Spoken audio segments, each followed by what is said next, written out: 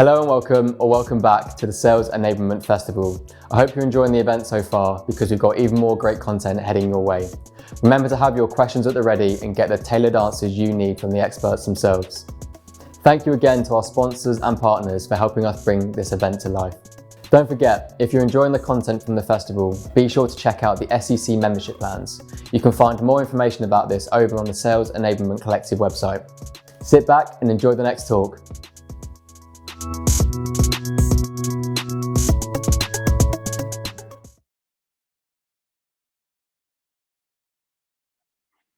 Hey everybody, thanks so much for joining me today. I am very thankful to Sales Enablement Collective for giving me this opportunity to share my story and the story that we are building at Velo. I'm thrilled to be here and excited to be talking about a topic that is very near and dear to my heart, which is building enablement for a very complex organization. I'll go through Velo's current situation in just a second, but by way of introductions, as you well know by now, having jumped onto this meeting, my name is Zach Barney. I am a startup and SaaS junkie. I had a couple of exits, definitely a lot of failures, as most of us with a few years in the industry have in terms of battle wounds. I am married to my wife, Erica. We just celebrated, or we're about to celebrate, I apologize, our 12th anniversary. We have 5 wonderful children. And I'm a big endurance sports enthusiast. I run marathons, I do triathlons, I ride my mountain bike up in the hills behind my house here. And I wouldn't say I'm incredibly competitive. I try to be, definitely competitive with myself, but I'm also 6'4" and weigh 220 plus. So it's hard to compete with the tiny slighted build runners. I am obsessed with building scalable organizations and systems. That's my bread and butter. It's where I found my true passion, and it's something that I'm really excited to chat a little bit more about. Lastly, if you happen to be wearing a collared shirt and tie, gentlemen, or a choker necklace, please make sure to loosen it. I have put somebody to sleep before, and he went like that, and it cut off his air supply, and he fainted, and everybody thought he was dead for a minute. So if you find yourself getting a little bit bored, make sure to stand up and move around and loosen that collar so we don't have a repeat of that incident. All right, so Velo, what's a Velo here? We are a division of a growth equity firm out of Knoxville, Tennessee, called GSV, Greater Sun Ventures. And the way GSV buckets their investments is by industry vertical. So Velo is the automotive vertical. We own several different companies in the automotive space, most of which are SaaS. We have a payments processor, a marketing agency that tailors their work toward auto shops as well. And we're very acquisitive. We're growing like crazy in terms of acquiring other awesome startups in the space. So I want to walk you through the complexities that are Velo. So like I mentioned, right now we have 10 companies under our umbrella, and 3 of them tailor their product toward dealerships, specifically service lanes of dealerships. So the OEM dealers, like here in Utah, an ideal customer for us would be Larry H. Miller brand of companies. They own probably 50 to 100 dealerships throughout the Mountain West. Those would be the ideal customers for 3 of our portfolio. The additional 7, they gear their product offerings toward aftermarket repair shops. Joe's Automotive down the street, Greg's Auto Body Shop, companies like that. So to take it one step further, 5 of those 7 that service aftermarket are SaaS companies. Like I mentioned, we have others that do other things. And 4 of those 5 that are SaaS companies are actually direct competitors with each other. They are in the exact same space as one another. They compete for deals all the time. A 5th one integrates with all of those companies and it serves as an add-on or sometimes as a sister product. And then we have one marketing agency and one payments processor. So as you can imagine, it gets quite complex from an enablement perspective, helping these reps across different organizations because they sell such different things to different people. So let's walk through the complexities that we get to deal with on a day-to-day basis. 2 sub-verticals, like I mentioned, 8 SaaS total, 1 payments processor, 1 marketing agency, 4 companies that directly compete with one another. Here's where it gets really fun. Many partner with competitors of other companies in the portfolio. So that's a fun one. Team sizes ranging from 3 to 50, depending on the company. The deal sizes vary greatly, the sales cycles vary greatly, and the tech stacks vary greatly.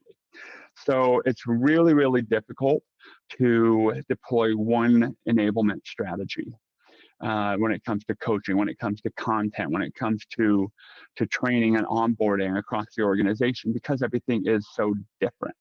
Yet I am a one-person shop right now. So here's the challenge that was presented to me when I started with the company last summer.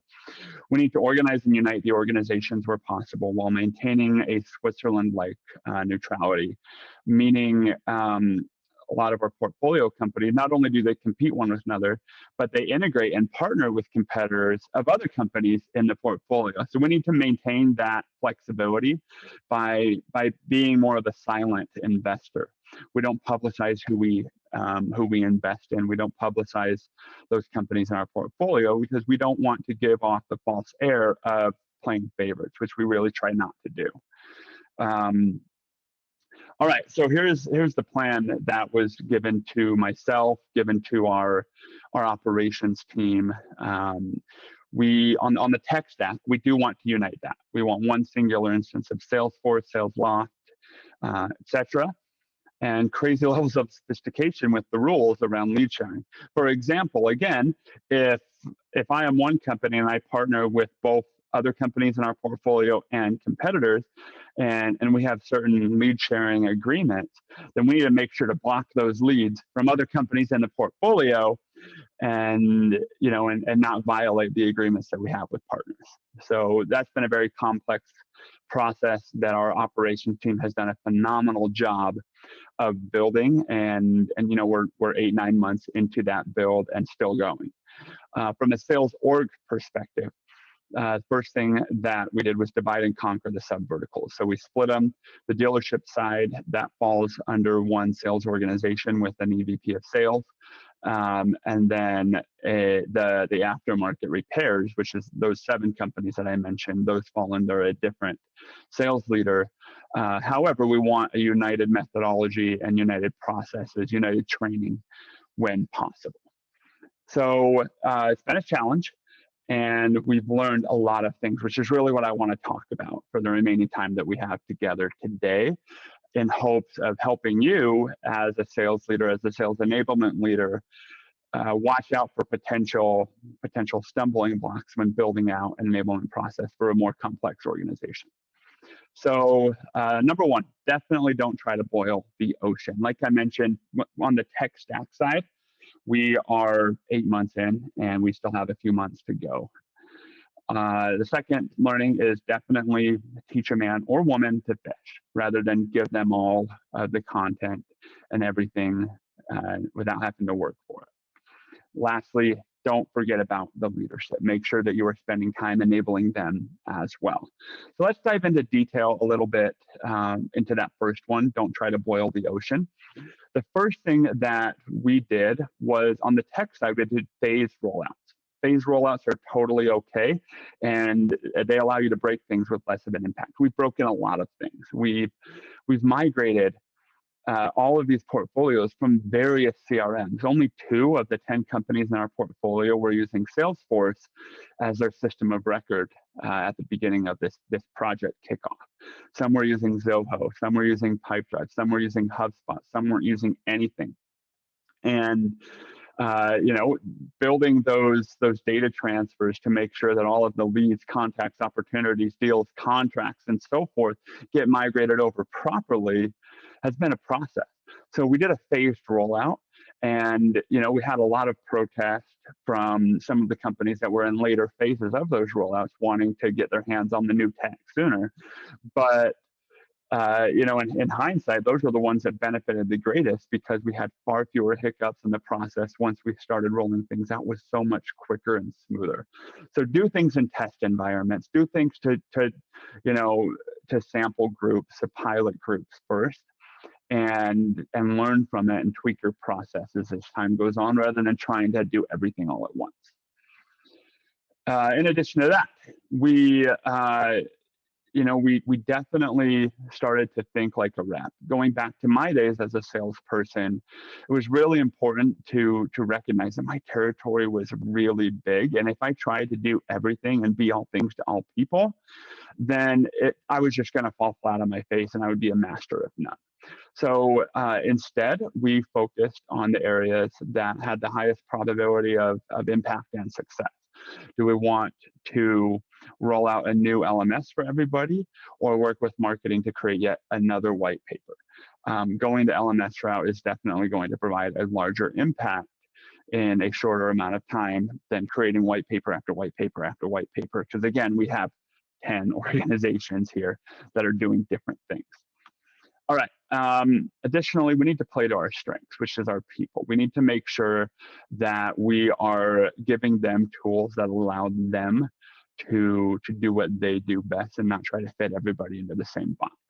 A book that I absolutely love that I push on all of our sales leadership is First Break All the Rules, written by Marcus Buckingham in partnership with Gallup.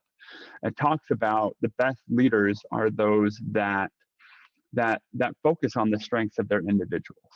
They don't try to manage every individual the same. They don't try to create content the same for everybody and force them all into a box. Instead, they give them the tools and give them some guidelines, but allow them to play to their strengths.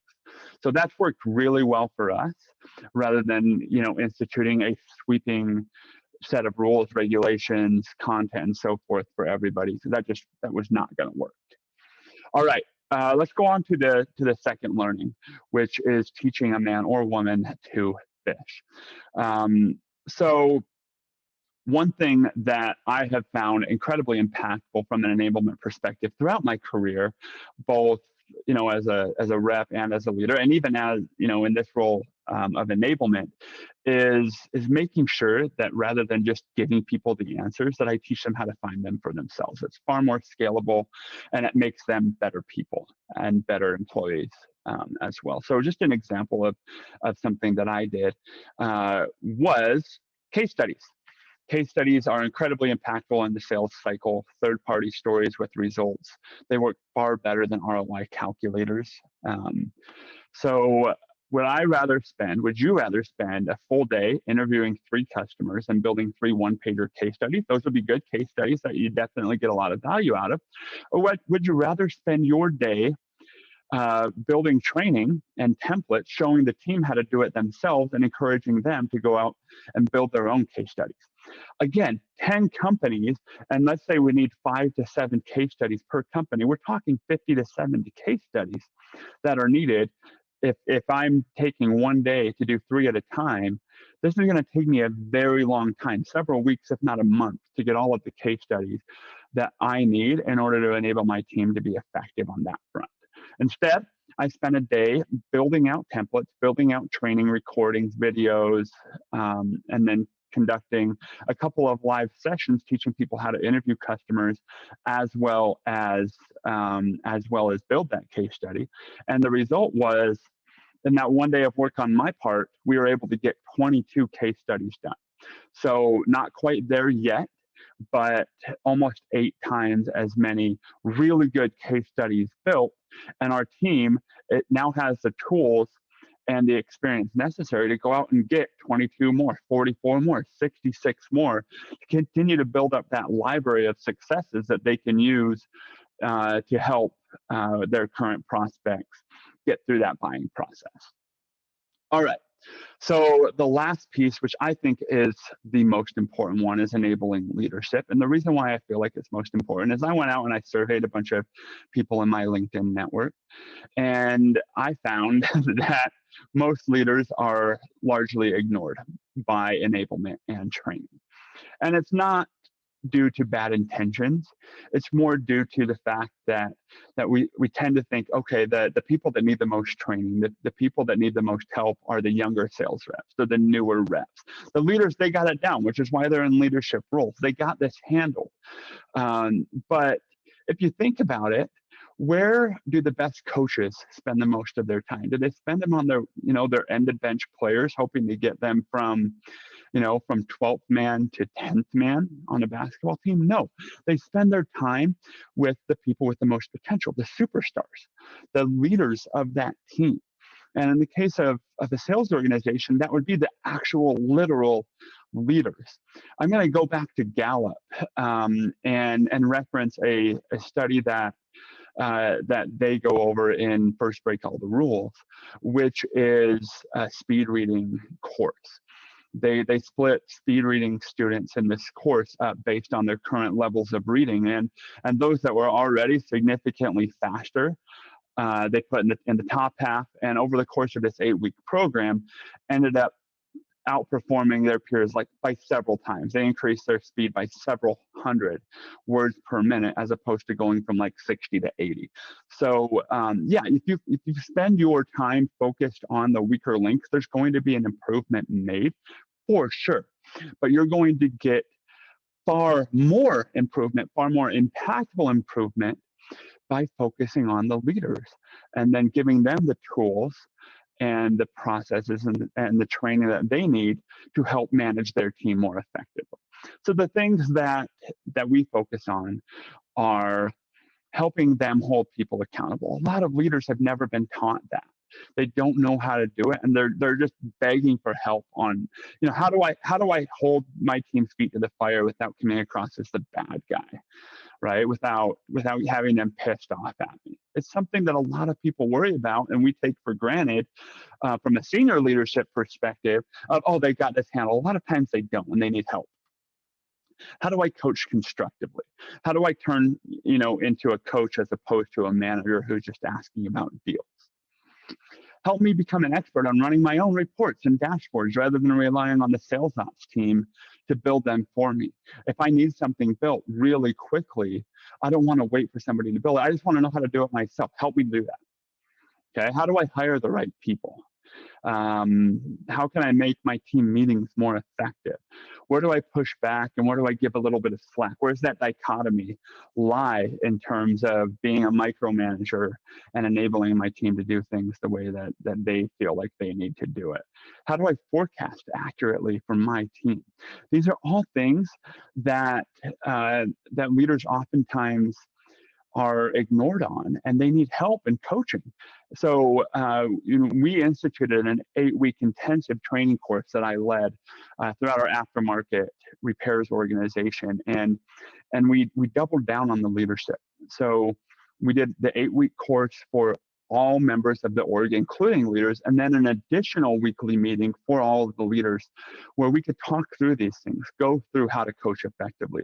And it's made a massive impact. We have a couple of the leaders in our organization that have absolutely stepped up to the plate and drastically increased the effectivity of their style and the results that their team delivers. So in summary, running a complex enablement organization, you can't do it all at once. Being a master of some things is definitely better. It's better than being a master of none. And if you try to be all things to all people, you will ultimately be that master of none. So go slow. It's totally okay. How to is better than here you go. Okay. I would much rather enable my team to build stuff on their own than just give them all the resources they need and have those resources lie untouched. Leaders need love too. Do not forget about them. They are incredibly important people in your organization. So give them that love, give them that time, and the results are going to be scalable as they take the learnings and the training given to them and apply them to their teams, as opposed to you just spending time one-on-one with the bottom performing reps. Thank you again, everybody, for your time.